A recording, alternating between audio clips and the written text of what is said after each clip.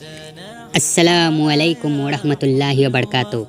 তো বন্ধুরা, তোমরা কি জানো যে পবিত্র আল কুরআনে কোন নবীর নাম কতবার বলা হয়েছে? যদি না জেনে থাকো তাহলে এই ভিডিওটি তোমাদের জন্য। তো তার আগে একটা কথা, যদি চ্যানেলে নতুন হয়ে থাকো তাহলে অবশ্যই চ্যানেলটি সাবস্ক্রাইব করে দেবে।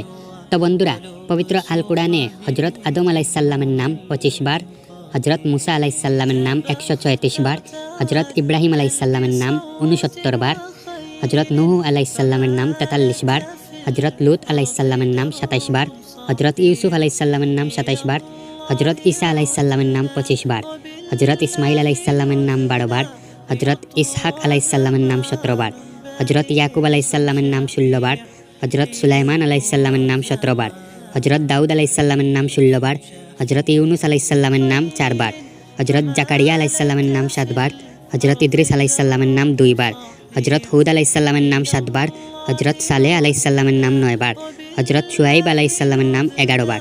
তাহলে আমাদের রাসূল সাল্লাল্লাহু আলাইহি সাল্লামের নাম কতবার পবিত্র কুরআনে উল্লেখ করা আছে তা কমেন্টে লিখে যাবেন।